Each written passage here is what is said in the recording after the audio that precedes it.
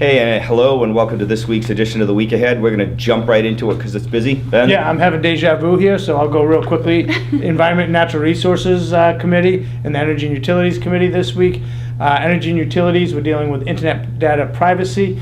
This is a big issue in terms of our small business community here in the Maine and their ability to advertise, and it doesn't get into personal information that people think when you're talking internet privacy data. We're really talking about having the ability for Maine-based businesses like a bed and breakfast to be able to identify and advertise to those people out of state compared to their friends in New Hampshire.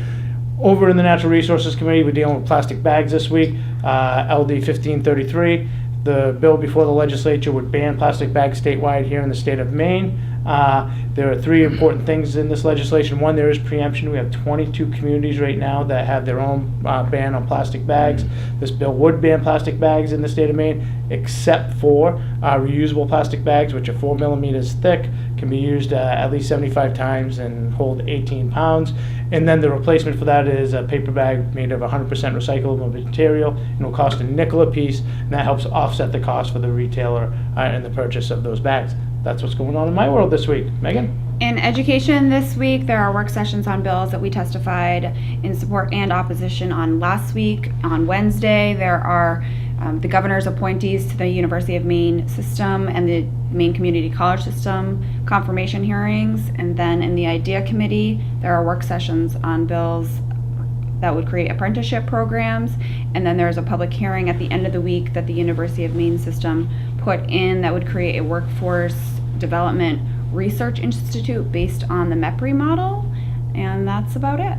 So for me this week, the Labor Committee has two public hearings I'll be following. One deals with increased penalties for wage and hour violations by employers.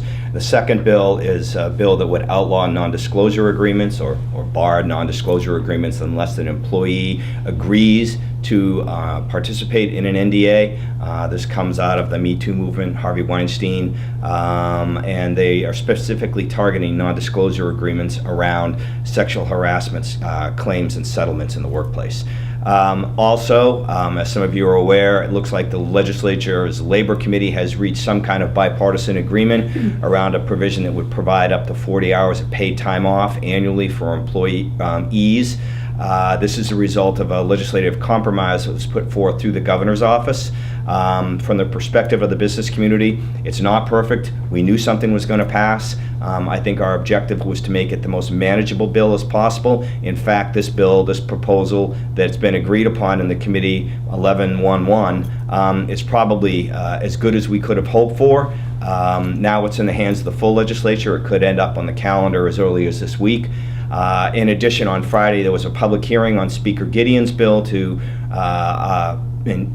institute paid family medical leave, a short-term, long-term disability program that would provide up to 12 weeks of paternity-maternity leave or 20 weeks for leave for a serious medical condition. The bill saw a lot of testimony, long public hearing, a lot of support, a lot of opposition. The chamber did oppose it. It's paid for through a 0.75% tax on all earnings by individual employees in this state. It has not been scheduled for a public hearing. It's one of the more important bills of the session. We'll be following it very closely. One last thing, the Energy Summit is this Friday. We're going to be talking about all things energy all day at Maple Hill Farm in Hollowell. Be there or be square, okay? All right. All right. Well, with that, stay classy, Maine.